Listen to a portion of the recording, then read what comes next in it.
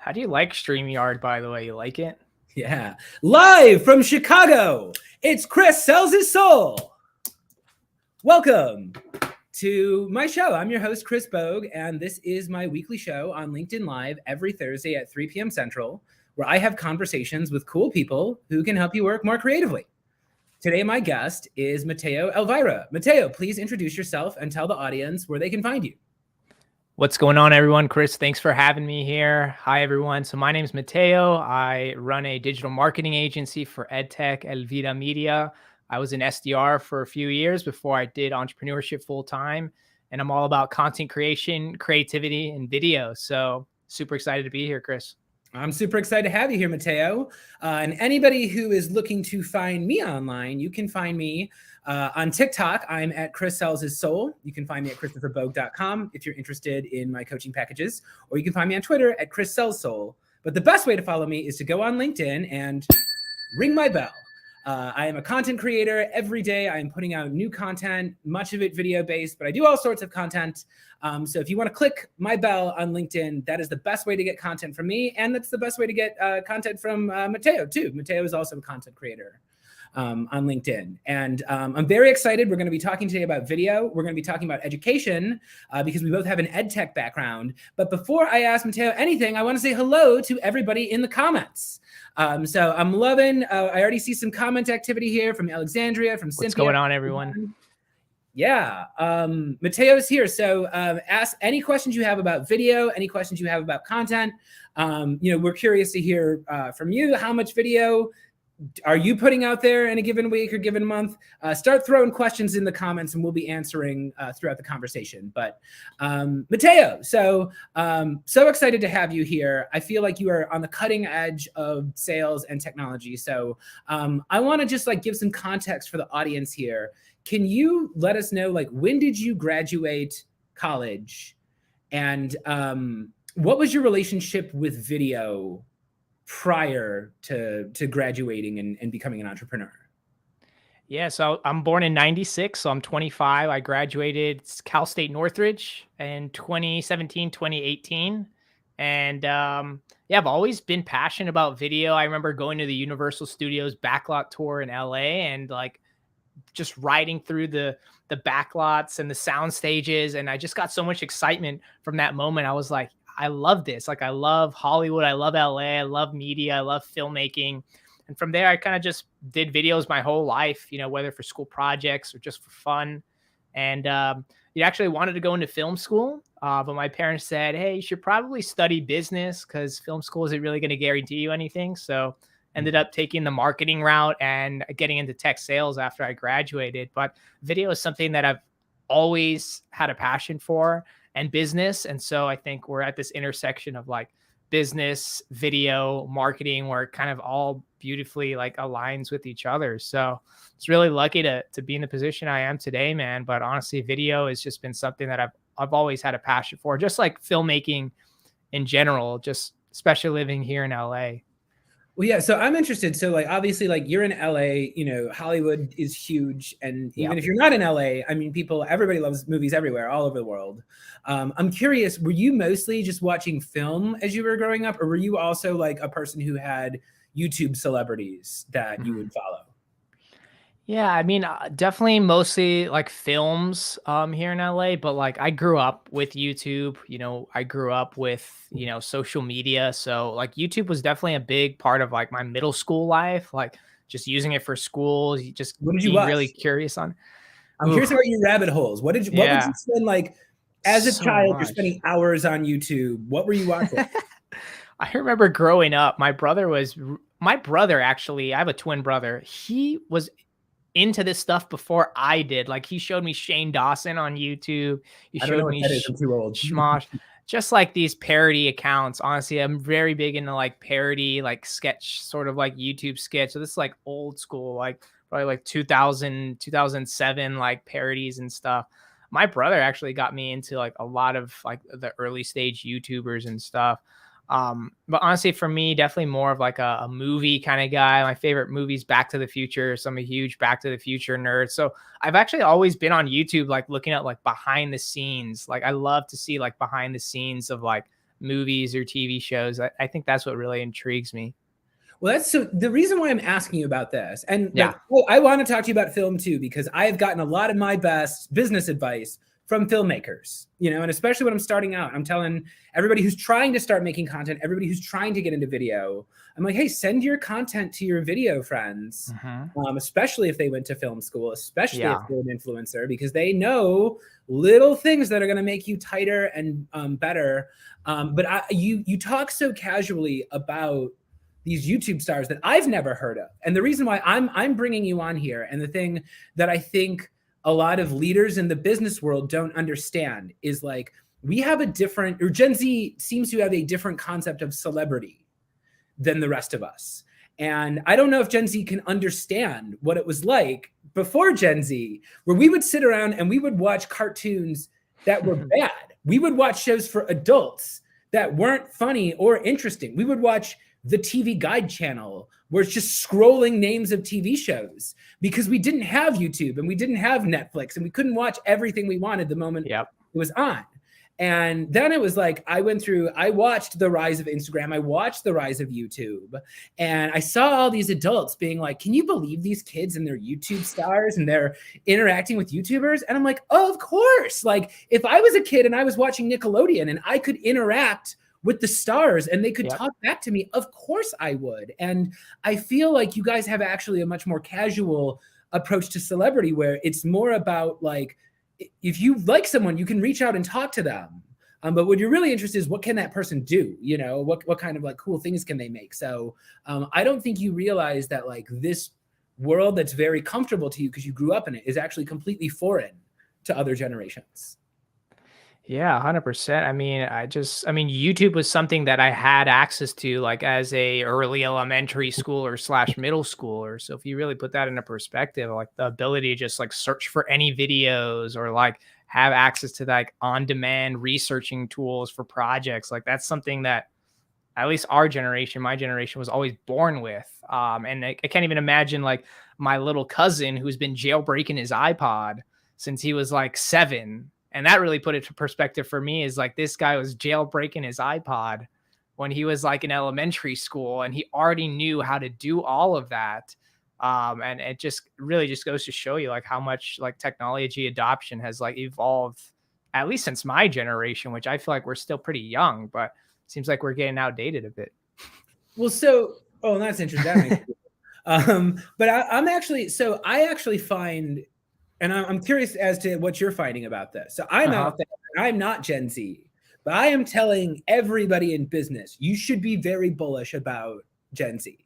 Like, these things that you do, that, people, TikTok and influencers and YouTube and all that stuff, I'm like, those are skills that you don't have yet, that this group of people has. But I am finding that like, I'm trying to be an intermediary, right? I understand the older generation a little bit. I understand the younger generation a little bit. I'm trying to like bridge that there, but I just see all these older leadership types that have been doing it for a long time, and they're resistant to change. So do you still find yourself having to like make that case constantly that like no video is valuable, social media is valuable, or is it just different because you're in LA and people just take entertainment more seriously there? Yeah, well, I mean, it's interesting because like I feel like you and I connected through tech, but the tech scene isn't really that big here in LA. And so I just sort of lean on like the media presence of LA, like all the major studios are out here. Of course, we have some like decent sized tech companies, but my understanding of LA is it's just the media capital of the world. And so I think it's just a really cool place to like take that, like the Hollywood history, and then kind of mix it in with like Silicon Valley a little bit. And you kind of have a very unique offspring of like media focus, but also like that understanding of the tech industry, which obviously we have a lot of passion for and experience in. So I just try to find those two niches, or those two buckets, and try to like intermix those two to make something like unique. Is at least my thought process there. So tell me, so I'm like, we talk a lot about pop culture on this show, because I always say like, everybody in the business world is talking about storytelling. The stories that people love are the ones they already know. That's why Hollywood does a million sequels. That's why they do a million remakes, is because actually people, they fall in love with the stories at a young age, and they keep coming back to the same stories over and over again. And I find pop culture in the business world is extremely powerful. There's a reason why everything in the Super Bowl commercials is nostalgia. People want to relive that magic. So can you tell me a little bit about like some of the content work you've done, or maybe some of the client work you've done where you've incorporated some element of movies or pop culture or Hollywood into a business context? Yeah, I mean, we're funny story enough. Like when I started off this agency, I just sent out a bunch of like cold emails to marketing agencies and just asking, hey, you guys have any like video projects you need help with? Ended up meeting this one agency, and he's like, hey, we're doing a upcoming video for a band tour. Are you interested? And we're just like, sure, we'll take any project, right? Long story short, it ends up being a promo video for the Red Hot Chili Peppers tour. So the Red Hot Chili Peppers are going on tour this year, and we didn't even know that till like a week before filming. They're like, oh yeah, by the way, it's for the Red Hot Chili Peppers. We're like, are you kidding me? Like, it doesn't get more LA than that. So the project was about like just encompassing like what LA is to them. If you know the Red Hot Chili Peppers, you know, like they're all from LA. I was so gonna like, say, oh, are they fans of California? I don't know. So they're from LA, and we actually ended up filming like a little graffiti artist who was doing like a little promo art graphic on the Venice art wall. So like, you know, we were tasked to like get B-roll of what is LA. And so what is LA? So we got B-roll of like skaters, B-roll of people biking. We got some drone shots of the beach. And so it was like, it tasked us with thinking, okay, what elements do we need to capture that will tell that LA story? And so Venice was a really good place, obviously, to like capture that. But it just goes back to like, just really show like, when it comes to like, you know, storytelling, like just the little details really matter, and just kind of putting it together like a story in your head of like, all right, what pieces can I put together to tell like the Red Hot Chili Peppers story or an LA style story. So that was a really cool project to work on, and just like one example there. But there's just so many, storytelling is so unique. There's many ways you can tell a story. Everyone has their own perspective of a story, so it's always fun to be involved with like, you know, creative work. That's what really gets like me pumped up and excited. It's just like using your creative skills is something that's valuable, but also like fun to do at the same time. Well, yeah, and I'm glad you mentioned the storytelling. And this is one thing, and I want to dig in here a little bit. If we have any editors in the comments, throw in there if you're editing, if you're using a program like Adobe Premiere Pro or DaVinci or Final Cut, or even iMovie. iMovie, Adobe Rush. Adobe Rush is a free program you can use to do some editing. But one thing I've actually discovered is like, you know, I didn't go to film school. I'm a self-taught editor. But yeah, you get all of these extra storytelling tools at your disposal if you have just a little bit of skill about editing. Actually, that might be something we can dig into here. So Mateo, when did you learn to edit? Did you start doing that at a young age? When did you first start like actually getting on a timeline and like making video projects?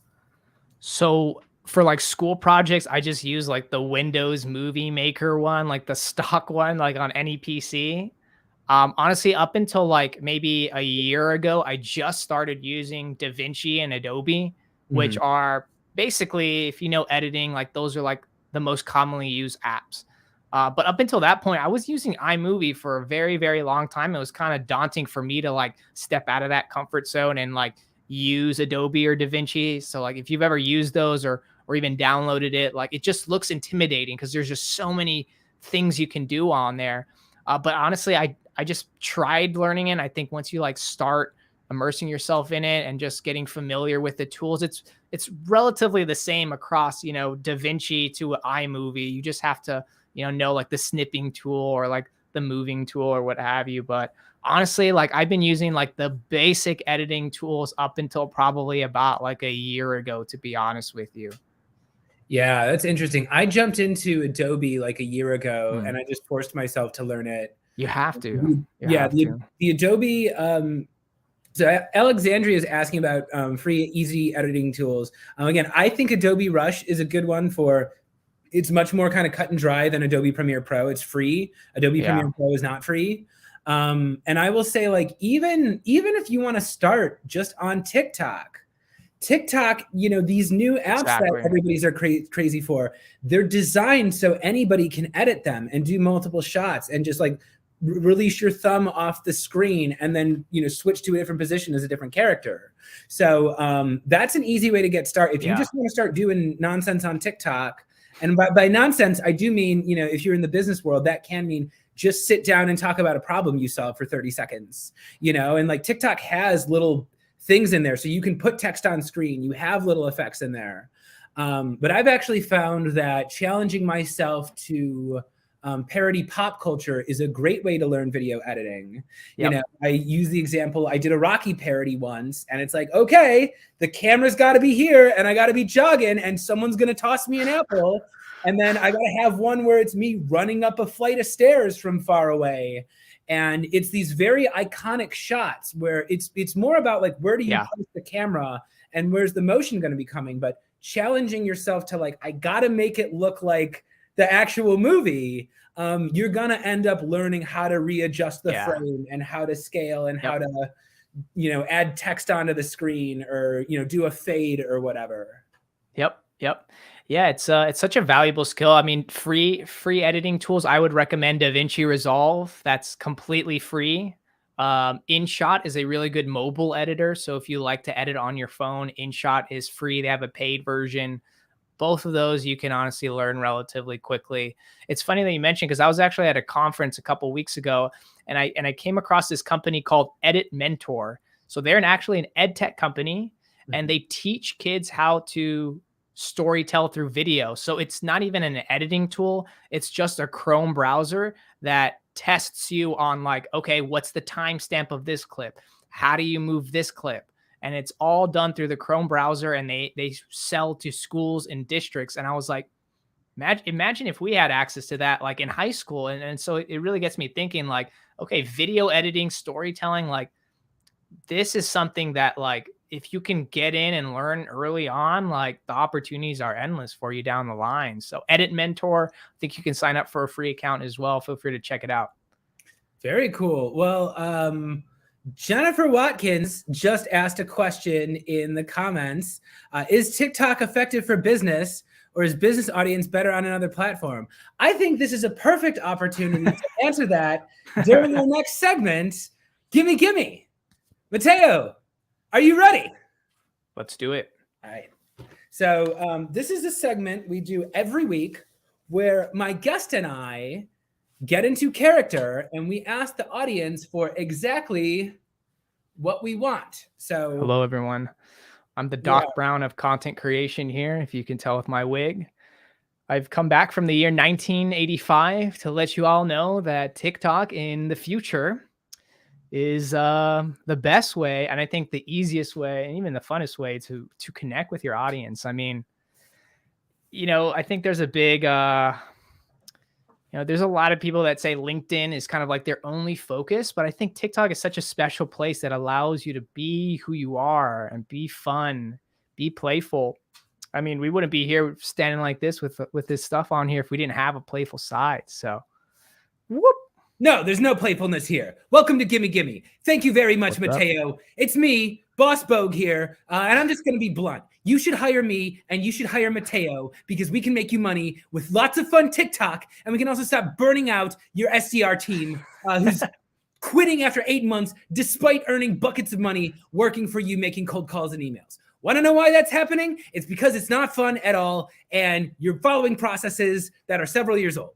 On the plus side, you got me and Mateo, and all you have to do is pay us money, and we can make you funny and interesting. Right, Mateo? Great, Scott. That is true, boss. Excellent. So I'm going to pose a little thought experiment here to corporate America. You all show up, you get your laughs every week, and you don't pay me a dime. So I'm going to propose to you another thought experiment, right? What if one day you didn't have an SDR team? Right? What if instead of 10 SDRs on your team, you had 2 SDRs? It's Chris Bogue and it's Mateo. Right? And what we're going to do is we're going to go out to breakfast first, right? We're going to go out to breakfast. You're going to pay for that, by the way. Mateo, what are you having for breakfast? I'm having mini wheat thins and a waffle. Wow, springing for the big bucks. I know what I'm having. I'm having some inventive French toast, okay? Maybe get me a chef who can do a little something with the mascarpone. And we're going to sit there, and we're going to take your lead list, and we're going to figure out who are we going after. And then we're going to go to a thrift store with $40 each. We're going to go through the thrift store. We're going to buy toys and costumes and interesting things. We're going to film an hour's worth of footage, and we're going to send video to all 200 people on that lead list. How many videos do you think we can knock out in an hour? God only knows. God only knows. But we would do videos where it's the two of us. We would do funny videos. We would do educational videos. We would do we do videos about how we're going to make money for this business. And yeah, if I had to choose between a random SDR team or an SDR team of two, that's Chris and Mateo, I would choose Chris and Mateo. And you should consider looking into our coaching packages if you'd like to get your sales process and your content process up to date in the year 2022. Mateo, yes. Anything else you want today? Yes, great Scott, everyone. I'm back from the year 2025, and I'm here to tell you that TikTok is not going anywhere. Video is not going anywhere, and this really is the best way to engage with your audience. So please don't be late to the party. Doc Brown here. I'm telling you from the future that you got to lean into video. Yeah, you don't want to wait until we're old, rich men who've lost their minds. Get us while we're young and affordable. This has been Gimme Gimme. Gimme Gimme. All right. So that was our segment. Back to your question. Yes, TikTok is actually quite powerful for business. So we've got some people in the audience today who know this is true. But yeah, actually, TikTok is powerful on TikTok. It's also powerful if you take a video off of TikTok and share it on another platform. And yeah, I was going to jump into some questions about your background and education, Mateo, but do you want to take a stab at that question first? Why is TikTok beneficial for business? So I think it's beneficial because the organic reach is really good. So that means you don't have to have a large following. You don't need to really be anyone. You could just go out there, be yourself, do a trend, post a video. I think it also is good because it's low lift. So if you have a smartphone already, again, what Chris was saying, like you have a lot of editing features native in the app. So it really takes the burden out of content creation and creating videos. And again, I think it's just the community that's on there. I mean, the type of people that are on TikTok are looking for, not boring content. They're looking for something fun, engaging, something that's going to make them laugh. And I think if you can really position yourself as someone who can be entertaining, be educational, or mix even both of those, you could build something really special. And again, I can't even stress about the organic reach. I mean, the opportunity to build awareness for you and your brand and what you do is just democratized right now. So I think LinkedIn is obviously like, everyone thinks that's the only place to do business, but I really do think that there's a lot of creative opportunities on TikTok. And again, you can repurpose that TikTok on many different social media platforms, including LinkedIn. I think Todd Klauser does a really good job of just showing us that your TikTok personality and your LinkedIn personality can really blend nicely. So, well, and I'll say this too. A lot of it is, don't even think about the final product. Don't even think about like the number of videos you're going to have. Don't even think about, the potential sales you're going to get out there. You need practice getting in front of a camera. Yeah. And the reason why I have Mateo on here today is because Gen Z actually has way more practice communicating this way than the other generations do, because we didn't have to go to school this way.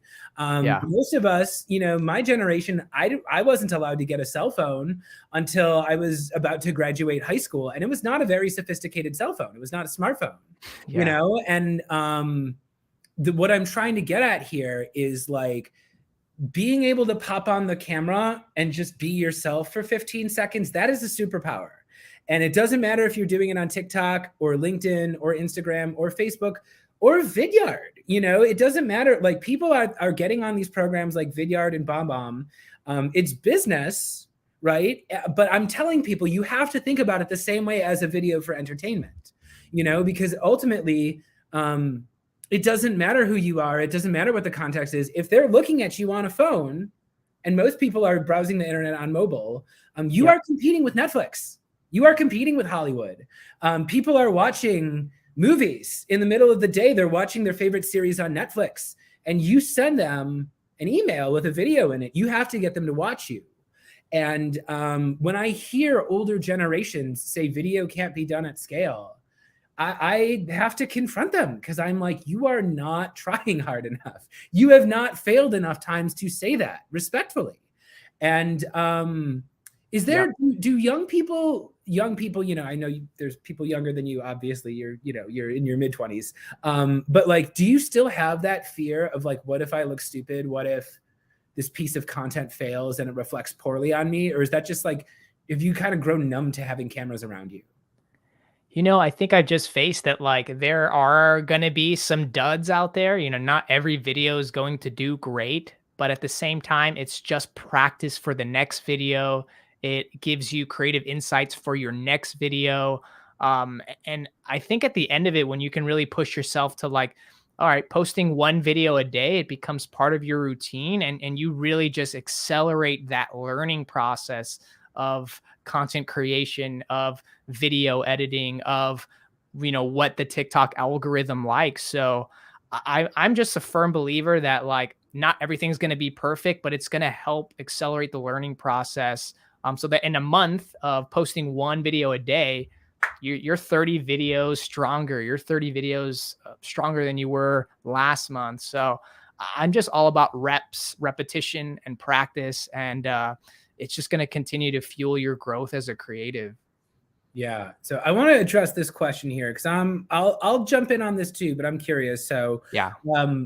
We talk about like, oh, just make videos every day, just have content out there just like write 30 straight days of just quality content, and then you'll be fine. And people are like, how do you do that? Yeah. So can you tell us about like, how do you come up with video ideas, and has that process changed from the way you come up with ideas now versus the way you used to come up with ideas? Yeah, I mean, with TikTok, sometimes it's like very spur of the moment. Like I had like a funny call with a prospect, and I'm just gonna like make a video about it.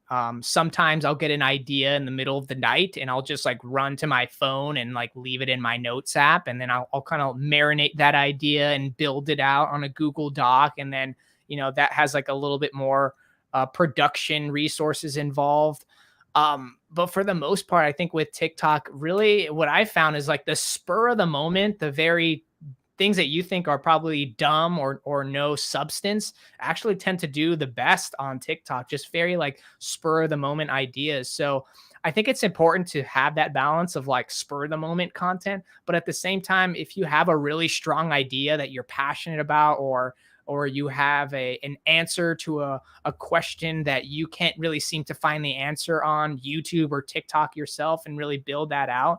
So I would say it really just comes down to spur of the moment stuff, but also like if you have an idea and something comes to your head, like write it down somewhere, even if it's just like a very vague idea, because over time you'll be able to like build that idea out. It's just like that initial spark, that initial seed can evolve into a really, really good video, but it's just those initial ideas that come to your head, or those moments in life where you're like, this is ridiculous, I should make a video about it. So honestly, for me, it's just like any initial idea that comes to my head, I just have to write it down somewhere. And then, I mean, there's other sites like answerthepublicic.com. That's like a good general resource, but at least that's what works for me.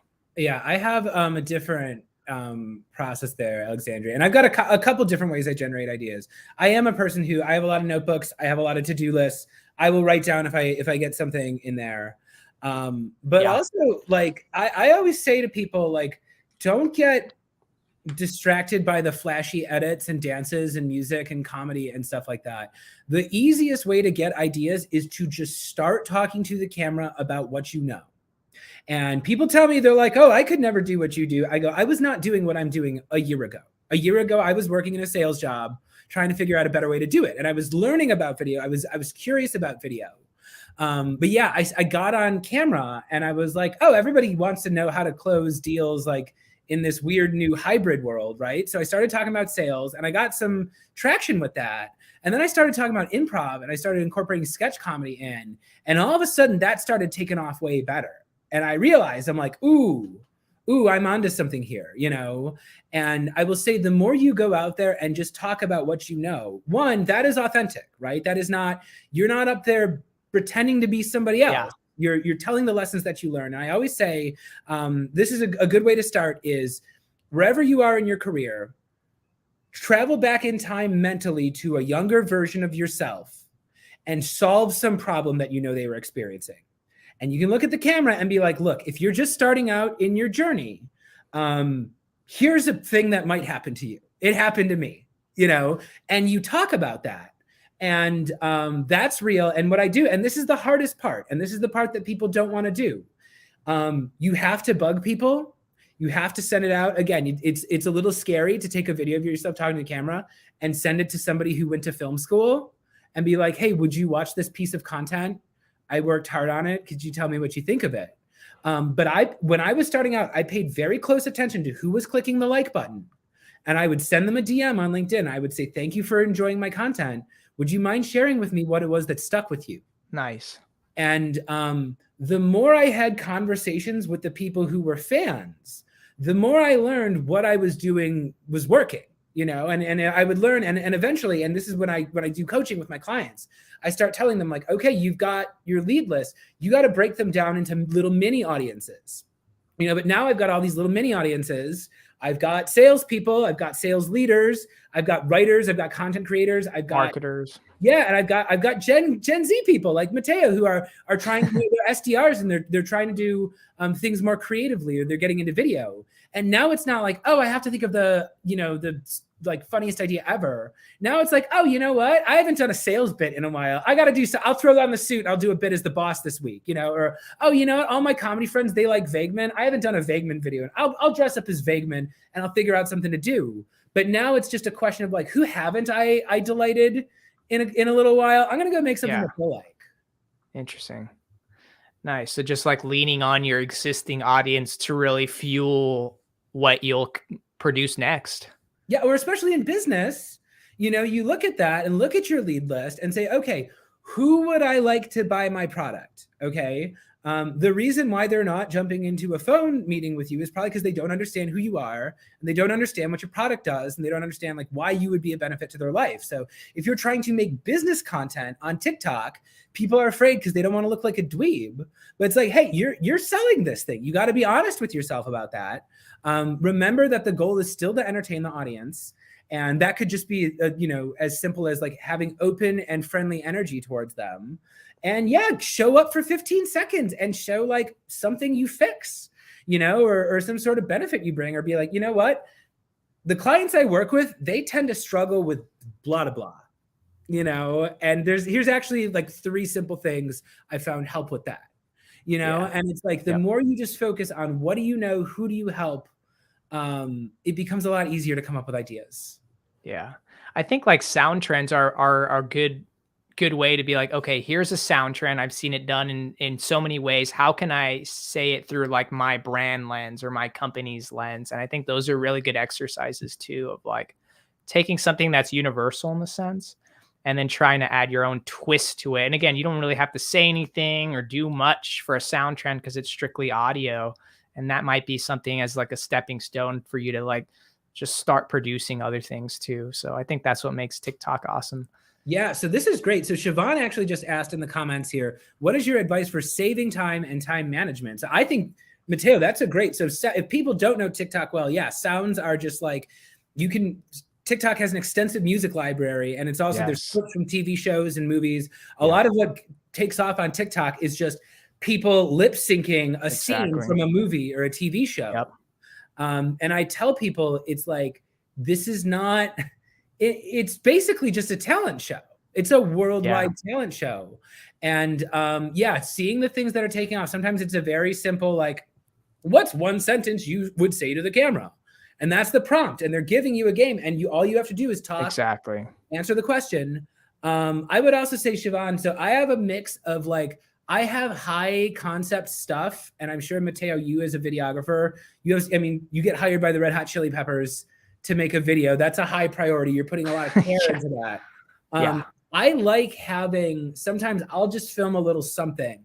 And Yeah. I'm like, I don't know what this is going to be used for, but I'll use it eventually. And there's actually an example someone brought up to me. I made a video once that was like, I was all about editing, and it was like why you should have an editor and how, and it was just like all these very quick edits where I was like 5 seconds in one location, 5 seconds in another, and it moved very quickly. And I was in like 20 different locations. And at one part I say, and now you can take the scene somewhere unexpected. And I just fall into a pool out of nowhere. And all of a sudden you're underwater with me. And it's this really shocking shot. I did not have any idea how that script would go. I had an idea in my mind, like, oh, I should do one where I jump into a pool at some point. So I was at a pool over the summer. I had, my phone out there, and I got the clip of me jumping in and saying the line. And it's like, I'll figure out how to use that later. And especially if you're on vacation, or if you go with your family and you go hiking in the woods or something, it's like, okay, I'm in a new scenery. I'm in a new place. I'm going to take my phone out, and I'm just going to say stuff to the camera and get some B-roll of the trees. And here's the water looking cool. And you see this guy fishing here. I'm just going to get 10 seconds of that on my phone. And I have gotten into situations where it's like, I'm going heavy on the sales. I'm going heavy on the coaching. I don't have time to be putting as much work into content, but it's like, oh, I've got that batched footage. I'll stitch that together, and I'll do, 30 seconds of narration at the desk being like, hey, here's why you got to take some time to relax. And I intersperse it with me, taking a hike in the woods. And that's a piece of content, it's like, it's good to have some stuff in the reserves where it's like, this is usable footage. I don't really have a concept for it yet. Yeah. Yeah. And I think TikTok too, I use a lot of time lapses to just, and I'll just do text-based content, right? So it's I did a time lapse of me folding my laundry, and then I take that video and I upload it, and then I'll just add text and on a nice song to it, and boom, that's content. I really try not to overthink it. And I think, again, the very spur of the moment, low lift stuff, it tends to do well for whatever reason, at least from what I've seen. So yeah, and I need to find this here because wait, how do I get this off the screen? I don't know how to get the comment off the screen yet, but I will. Yeah, I actually was inspired to go into video because I read a study about the 2020 election. And I don't do politics. I don't do political humor. I do not get into that hornet's nest on LinkedIn. But the study was not the study was trying to figure out, how do you change a person's mind? And it's a very small percentage of the public has a changeable mind on politics. That is a sliver of the population that political scientists fight over.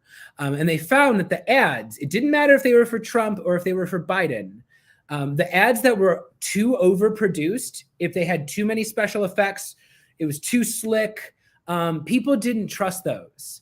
And the ads that were most effective at changing the way a person voted, so they voted one way in 2016, they voted for a different party in 2020, they were influenced by the ads where it was a person talking straight to the camera.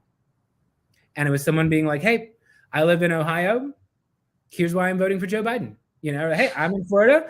I'm a farmer. Here's why I'm voting for Donald Trump. And they just talk straight to the camera. That was what this study found to be most convincing. And once I learned about that, I open, and I do this all the time on Facebook, on Instagram, and LinkedIn. Look at how many giant multi-million and multi-billion-dollar brands do ads that are just a person talking to their phone. They're trying to look like an authentic person that is just talking to you. So I tell people, it's like, you watch the Super Bowl ads. They're so overproduced. Everything just has all these giant celebrities in them doing crazy CGI stunts. Yeah. I'm like, actually, if you're just a person who's like, yo, hey, Mateo, I'm actually a fan of you on LinkedIn. I actually follow your stuff all the time. And I was actually wondering if you'd have a meeting with me on Zoom. Keep doing cool stuff. You are actually much more credible than all that the commercial stuff. Because people they've learned to ignore it, so anybody who feels they don't have the technology to get on, it's like, you have it. I'm loving this discussion. Can we talk a little bit about education right now? And can you tell me a little bit about the role that video is currently playing in education now that we're learning from home in a lot of cases? Yeah, I mean, I obviously COVID My mom was an elementary school teacher. She had to run a class of kindergartners on Zoom. So I don't think that was ever done before, which was super interesting to me at the time. But then you look at higher education too. It's like college students are now like hybrid. Like now for the first time, they sort of have a choice if they want to attend in person or not. So it's really interesting to see how the pandemic has changed that and really accelerated technology adoption in schools and to force schools to think of a way that they probably really didn't think about before. So it's just fascinating to see like how these chain of events can really like transform an industry for better or for worse, of course, but it's just such an interesting space to be in. Oh yeah, see, I'm very interested in where the education space is going. So I was doing sales in the education technology world. Nice. So I was selling to professors. I was selling to, just people in the bureaucracy who are in charge of adopting things for, various departments.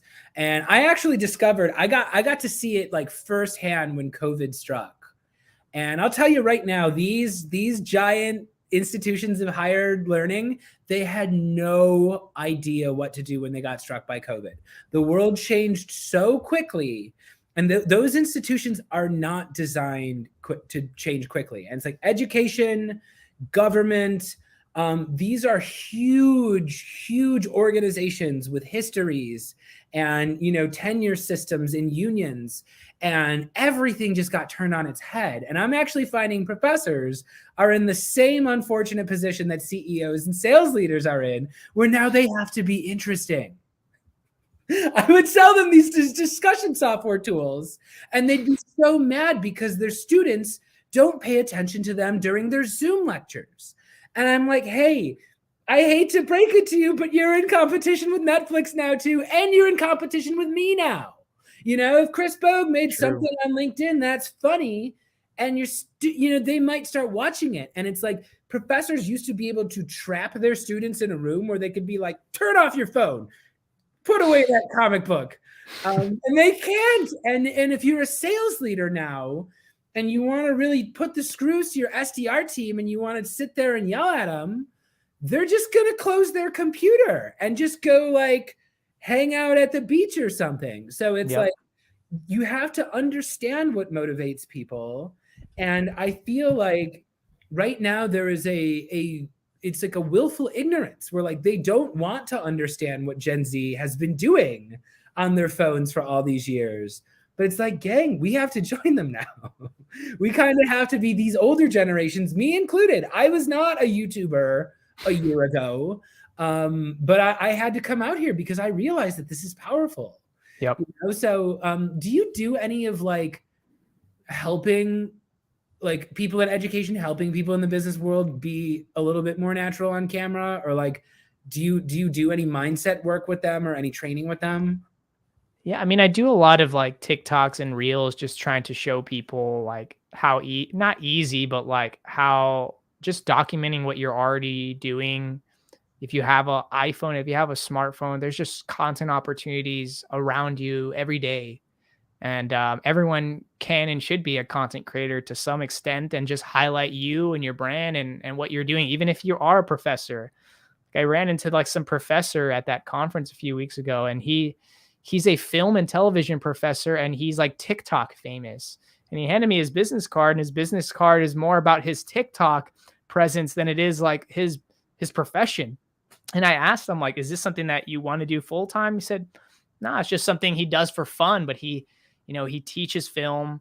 He likes being a professor, but he loves making content and connecting with his fans and his audience. And I think that's such a unique place to be in, where it can all sort of coexist as together, like as one person, So it's just really cool.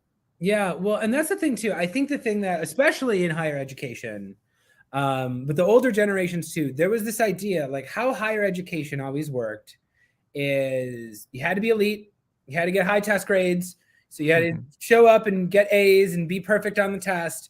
And if you write your essay, you got to cite the sources perfectly, and all the grammar has to be perfect, and everything has to be supported. Everything has to have 50 sources on it. And now the older generations are like, they think that's how everything needs to be. you know, and it's like, hey, actually, you'll never do it if everything has to be perfect. Yep. You know, and actually imperfection, that's actually, you know, again, big brands, they're doing the straight to camera thing because they are trying to look imperfect. Yep. They are trying to, and that is the thing too, where it's like, I feel like there has been this reversal, whereas like Instagram, I felt it was a lot of like regular people trying to glamorize themselves to look like celebrities. And I feel like TikTok is actually just the opposite. Now it's celebrities being like, I'm just a regular person hanging out. 100%. And I think that's what makes TikTok such a unique place to be, because you're not in that environment of just toxic, I don't know, just not people, but just you have to be perfect. It's like there's just some random content on TikTok that'll make you laugh so hard, and it was done on a phone for 20 seconds, you know? Like there's no other platform right now that is doing that at scale and has all that attention, you know? It's there's nothing like it. Well, like the content that comes fast is often the content that is best. So again, that's why people love improv. That's why people love crowd work in comedy shows. That's why people love when a heckler shows up and a comedian shuts down the heckler. The thought that just comes in the moment is usually the funniest. And oftentimes the joke that you rewrite 10 times is not as funny as the one that just hit the moment perfectly. Yep, exactly. I will also say, so I'm going to have on in a few weeks, Lydia Allen. Do you know Lydia at all on TikTok? Lydia, maybe. The name doesn't ring a bell off the top of my head. So I don't know if she's in the audience today, but Lydia Allen, so she does these TikToks. She's going to be on the show. She gets huge, you know, engagement from her TikToks, and she is dyslexic. And dyslexia is part of what she talks about. And something that I talk about on my show a lot, you know, I will sometimes have guests on who talk about accessibility. And one thing that I found is there are all these little audiences out there that nobody ever plays to.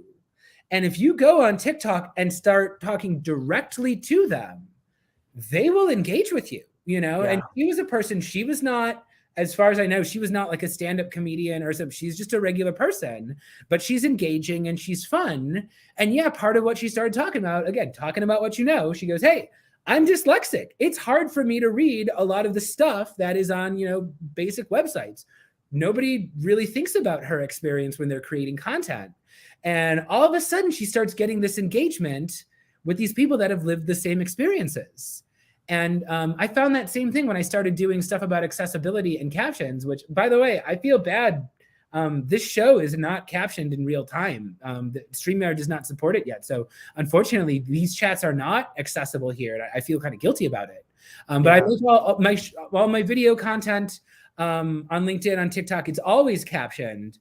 And yeah, I found out I started getting deaf fans because a lot of people just ignore them as an audience. And they're like, oh, I write jokes into the captions specifically for the people who only use the captions, who don't have sound. Gotcha. And yeah, you can look into like all these little niche versions of yourself. And if you start making content about that, the people who share your little obsessions are going to start reacting to it. Yeah. I think one thing that is cool about TikTok is it actually has a strong search capability, which means you can search something very specific into the search bar on TikTok, and you're going to get a very specific array of results. And it's super, super targeted, meaning that it searches the text on the video, the hashtags, the account bio. I mean, so specific. So I think you could even just test on yourself some random things like, I don't know, peach jelly on TikTok, and you'll find all these TikToks about peach jelly. It's unbelievable. Unbelievable. Yeah. And this is the other thing I'll say, back to Alexandria's question earlier about like, how do you come up with ideas? You have to remember, if you're going out there and you're trying to be a content creator, every single person on the platform, I don't care how much money they have, I don't care what their job title is, they want the same engagement that you want. They want likes, they want shares, they want comments, they want people talking about them. So when in doubt, you can stitch with somebody. You can do a duet. You can jump into another person's piece of content and do a response to them. And you're getting in on a trend. There are already people searching for that content. And that person who made that original post is thrilled. They're so happy that somebody is taking the time to interact with them. And in LinkedIn, I always have to remind my audience this here. In LinkedIn, the comments are content. LinkedIn's newsfeed displays your content kind of like it was its own post. So if you have influencers you follow, if you have conversations you like to talk about, if you have expertise that's important to you, you can start just by figuring out, like, where do the people who already want to talk about that hang out? What are they already watching on TikTok? And now it's like, once you start jumping in, once you start interacting with people, these comments start flowing. And, you know, I should mention that all my episodes here are available in audio podcast form. You can find Chris Sells His Soul on Spotify and Stitcher, and you will next week. Mateo's episode will be there. But last week I had on Joe James from Second City, and he always says, you want to write from a place of abundance, not scarcity. So you want to be in a situation where you're talking to cool people, you're interacting with cool content. The more you're around creative ideas, the more you're going to get ways in your head that you could contribute to that conversation. 100%. 100%, man. We're going to say here, so I like Todd. So Todd Clauser, friend of the show. He was on a few weeks ago. We love Todd. Another bearded funny man, doing very experimental things on TikTok. He was a YouTube guy, and he and I do a lot of the same things in terms of our style. Because he tried to underproduce the content so it didn't look like ads. So Mateo, do you actually run into this too? Or is this something that we all do, where we try to make it look a little bit do it yourself? You know, right now I'm filming on a Canon 5D Mark IV. It looks great. No, Shure microphone. My favorite device and mode of recording is my phone. It's easy, it's direct, and I think it does better than high quality stuff. So for me, as much as I have good gear, I'm always going to be just recording on my phone. That's just my preferred method. I think it's easier, it's better, it looks fine, and it's just, you're limiting the barriers of entry to just get your content out there. So I'm all about just using my phone. It's my preferred method, to be honest with you. Yeah, I'm the same way. I talk to people. I have friends they are YouTube famous, and they have camera crews, and they have very expensive camera equipment. And they're like, I use my phone. I got one of my guests next week, Julian Mather. He's going to be on the show. He wrote a book, Press the Red Button. He used to be he used to work for National Geographic, very accomplished photographer, videographer. What does he use? He uses an iPhone. And especially anybody out there who has kids, don't feel like a dork. Ask your daughter, ask your nephew, ask your niece. They are doing stuff where it's like, oh no, you swing the phone around, and here's this effect. Everybody does it. And it's like there are so many simple things out there. And it's like, once you learn that you don't have to be perfect, it just frees yourself, Yeah. TikTok Live, I've actually never been on TikTok Live. Have you ever done any TikTok Lives? I've done one before. Apparently you need 1,000 followers to even be eligible for it. So there's sort of a barrier there, but you can actually, monetize on live. People can donate coins to you, and you can actually engage with people that are just scrolling through the live feed. So it's a fun place. I've only done it once, to be honest with you, so I don't have too many insights, but it's really good for engagement and just like getting in front of new followers. So it's been really cool. Awesome. And I will say this too, to everybody in here on LinkedIn, nice. Getting clients and going viral is not necessarily the same thing. And I want everyone to understand that if you're doing sales right, you should be working off a pretty targeted lead list. You should know the people that you're selling to. And especially if you're like a solopreneur or something, you should be strategic about this. And I have had videos that were not viral on TikTok. They were not viral. They only get a few dozen views, or maybe a few hundred if I'm lucky. I put them on, LinkedIn. Maybe it gets 5 to 10 comments. One of those people pulls the trigger for a monthly coaching package. Nice. That is a success. That is a success. And I tell people, I see all the time on LinkedIn, people will make a post and then they'll delete it because 2 hours later it didn't go viral. And I go, hey, Watch what happens to that video. When someone clicks the like button 2 weeks later, that's a fan. That's a fan. And if you go talk to them and say, thank you for liking my video, what did you like about it? Did something about it stick with you? What did you enjoy? That's You awesome, will man. learn a lot. And it's like, you have to remember every single person is a person, whether they're in your likes, whether they are on your lead list. So remember, even if it's an audience of one, are they going to get a good show? Are they going to get the real you? That's the question. And if they get that, if you put that out there, it does not matter if you have one person in the audience or you have 1 million. Maybe it'll go viral next year. Like who knows? There's a lot of this is just random. And until you start trying stuff, you're never going to know. Mateo, we're at the end of our time here. So could you just take one more time for the audience, your TikTok, your website, just where's the best place to find Mateo if you want to find Mateo and potentially hire him or just connect with him? Yeah, I appreciate the support, everyone. You can find me on TikTok, Elvira Media, and you can visit my website, which is elvira.media. So I try to make it easy for you guys. I'm on LinkedIn. I'm on every major social media platform. I try to post at least, once a day on these mediums. And I just love, I love the opportunities. I love entrepreneurship. If you love ed tech, digital marketing, social media, content creation, we should definitely connect. Yeah. And any of you sales leaders out there, if you want to hire Mateo and I as a 2-person SDR team, Let's do it. We can talk about that. We would do that. I think we would do pretty well. But yeah, you can also find me if you want to go to my website, ChristopherBogue.com. You can find me on TikTok at Chris Sells His Soul or on Twitter at Chris Sells Soul. I love your handle. Thank you very much. You can find me on YouTube. You can listen to all our previous episodes on Spotify or Stitcher or most podcast apps. So go listen to those old episodes. Mateo's episode is going to drop next week. And next week, I'm going to have Will Aitken, the VP of Sales from Vidyard. So that is going to be incredible. Awesome, and if you don't want to miss an episode, make sure you ring my bell for updates every day. This has been Chris Sells His Soul. Thank you very much, everybody. Thanks for tuning in, you guys.